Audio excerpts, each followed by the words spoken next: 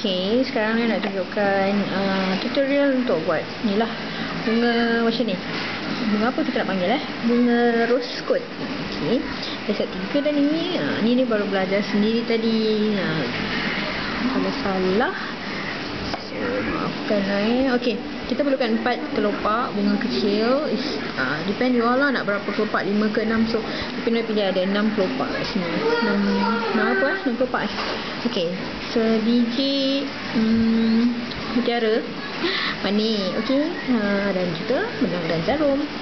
Okey, ini adalah tapak.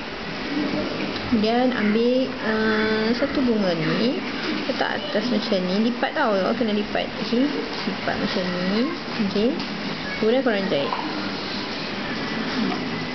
Senang saja. Okey, ni jahit 2 kali lah. Tengok ikut badan.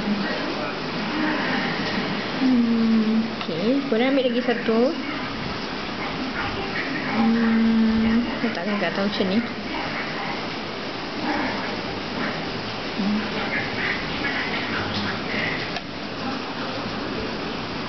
Okey.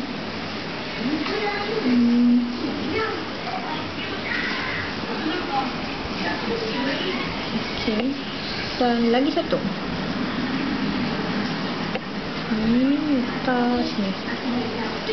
Tak macam mana ni, lapiskan ni. Ni angkat sikit. Okey, ni angkat sikit. Masukkan. Okey, kemudian jahit lagi. Senang je. Okey, untuk lagi dekuk, kita ada 2 kali. Okey. Nah kan? Okey, dan kita ambil manik tadi.